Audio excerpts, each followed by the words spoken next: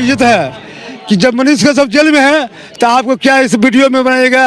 आपको क्या औकात है कि लालू जी का लड़का सामने आप टिकेगा? 1 मिनट, बिहार में औकात है आपको कि लालू जी का लड़का आप सामने टिकेगा? बिहार में लालू जी की सरकार है, अगर सच बोलिएगा तो आपको गोली मार दिया जाएगा, तो जेल में बंद कर दिया जाएगा। अभी अगर यहाँ पे अगर मनीष कश्यप होता, जैसा उसके जैसा पत्रकार होता, तो कुछ समस्या का हल निकल। मैं चाहता हूं आपके मीडिया के माध्यम से कहना चाहता हूं कि हर पीड़ित परिवार को 50 लाख रुपए मुआवजा मिलना चाहिए और तमाम लोगों को सरकारी नौकरी मिलनी चाहिए। 5-6 लोगों को निकालने के बाद वो बच्चा जो युवा था वो शहीद हो गया। जरूरत इस बात की है कि ये निकम्मी सरकार अगर पुल का निर्माण नहीं करा सकती है, क्योंकि ये सरकार ये कहती है कि हम दलित, महादलित, शोषित, वंचित और अल्पसंख्यक की हम आवाज बनते हैं। मैं कहता हूं कि अभी आपसे बिहार नहीं संभल रहा है और आप देश की राजनीति को आप शुरू कर रहे हैं। नमस्कार, आप सच तक न्यूज देख रहे हैं। मेरा नाम रोहन तिवारी है। बिहार का एक बड़ा कांड आपको याद होगा। ये वो कांड है जिस कांड के बाद पूरे बिहार की रुख कांप गई थी।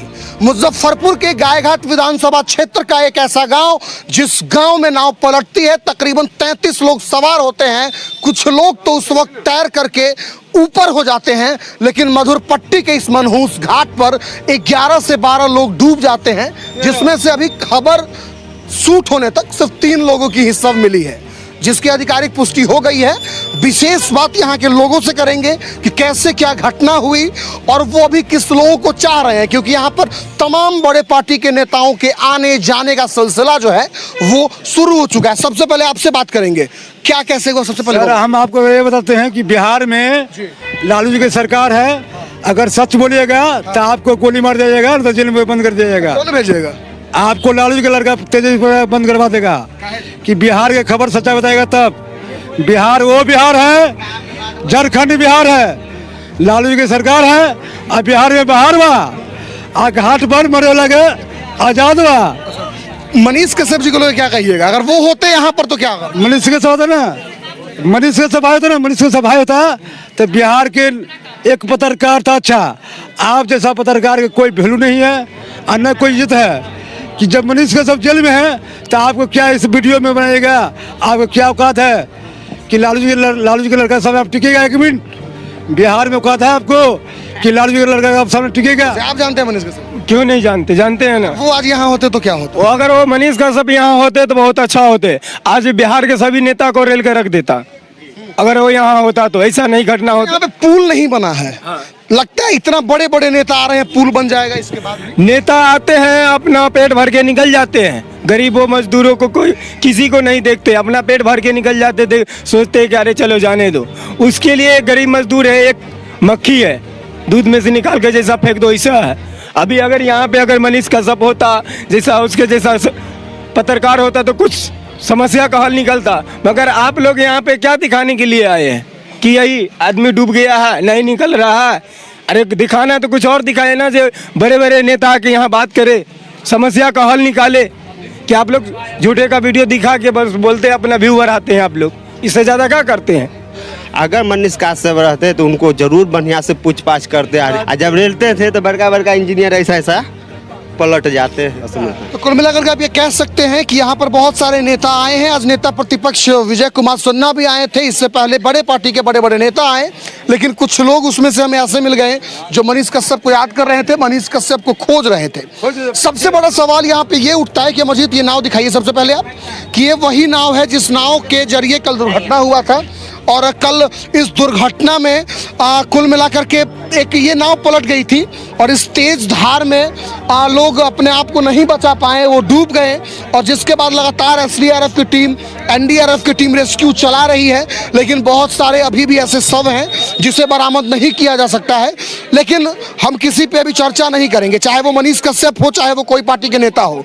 चर्चा होगी तो सिर्फ एक बात पर कि 12 से 15 लोग जिन्हें जाना था वो चले गए, लेकिन अब भी पुल बनेगा या फिर नहीं बनेगा?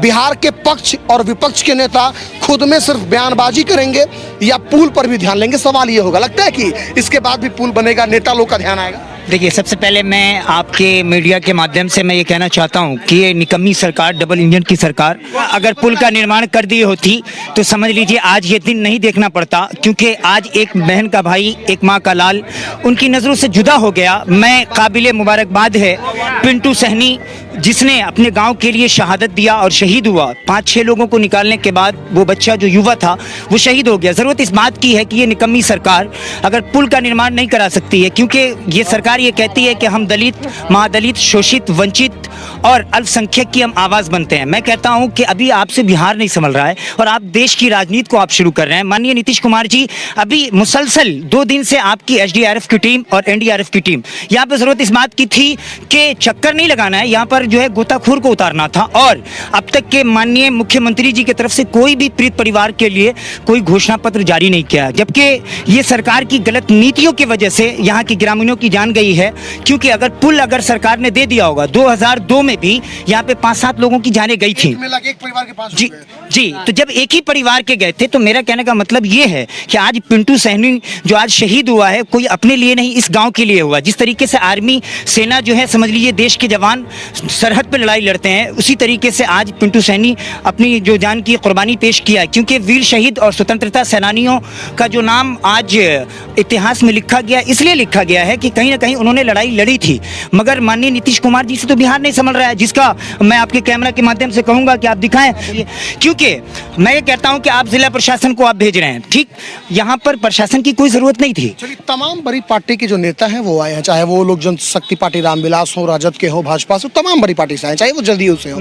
तो अभी भी उम्मीद है कि नहीं मधुरपट्टी के लोग को? बिल्कुल भी उम्मीद नहीं लगाई जा सकती है। मैं कह रहा हूं कि पार्टी को और नेतागण अगर आते हैं, तो नेतागण आते हैं सिर्फ वोट के वक्त आते हैं और आशीर्वाद लेते हैं, कहते हैं भैया आओ जनता, हमें दे दो, वोट दे दो और हमें जिता दो और कुर्सी पे बैठा दो, विधान परिषद यानी विधानसभा भेज दो, लोकसभा भेज दो। मगर इस शोषित, वंचित, दलित, महादलित की अगर आपको आवाज बनना है, अगर इस जनता की लड़ाई को लड़नी है, तो इस पुल का निर्माण कराना होगा। और जो भी नेता आए हैं, मैं उनका शुक्रिया अदा करता हूं कि आप इस दुखद की घड़ी में आए हैं उन पीड़ित परिवार से मिलने के लिए। मगर अब तक के कोई नेता, एमपी साहब आए हैं क्या? उन्होंने घोषणा किया है कि हम तमाम पीड़ित परिवारों को 10-10 लाख रुपए अपने तरफ से देंगे? जबकि 30 साल से एक पद पे काबिज है उनके परिवार के लोग। जी बिल्कुल, मैं यही कहता हूं कि माननीय एमपी साहब आप घोषणा कीजिए। माननीय नीतीश कुमार हमारे जो यहाँ के जो है समझ लीजिए सीएम हैं, उनको भी घोषणा करनी चाहिए, क्योंकि आपके गलत नीतियों के कारण यहाँ के लोगों की जानें गई हैं। मैं ये चाहता हूं, आपके मीडिया के माध्यम से कहना चाहता हूं कि हर पीड़ित परिवार को 50 लाख रुपए मुआवजा मिलना चाहिए और तमाम लोगों को सरकारी नौकरी मिलनी चाहिए। अगर नहीं मिलती है तो ये लड़ाई हम लोग रोड पे भी लड़ने का काम करेंगे, सदन को भी घेरने का काम करेंगे, और नहीं तो फिर समझ लीजिए कि आप विधानसभा के बाहर, यही यहाँ की जनता नहीं, समझ लीजिए पूरे बिहार की जनता, क्योंकि ये छोटी मोटी घटना नहीं है, हम लोग पटना जाकर के जो है समझ लीजिए सरहदों पर लड़ाई लड़ने का काम करेंगे, पीछे नहीं हटेंगे। क्योंकि ये गरीबों के मसीहा नहीं है, ये जनसेवा जन सहायता नहीं करते हैं, ये सोशल वर्कर, सोशल एक्टिविस्ट नहीं है, ये सिर्फ और सिर्फ फोटो खिंचवाने का काम करते हैं। हम ऐसे नेतागणों को वोट देने का काम नहीं करेंगे, अपने वोट के अधिकार से इनको धूल चटाने का काम करेंगे। और 2024 में अगर इनको हमने धूल चटा करके नहीं दिखाया तो फिर आप कहिएगा, क्योंकि जनता की ताकत बहुत बड़ी ताकत है। आज भी हम सब लोग एक हैं, एक थे और एक रहेंगे, क्योंकि नफरत की राजनीति को जो है मोहब्बत में बदलना चाहते हैं। अगर आप कहते हैं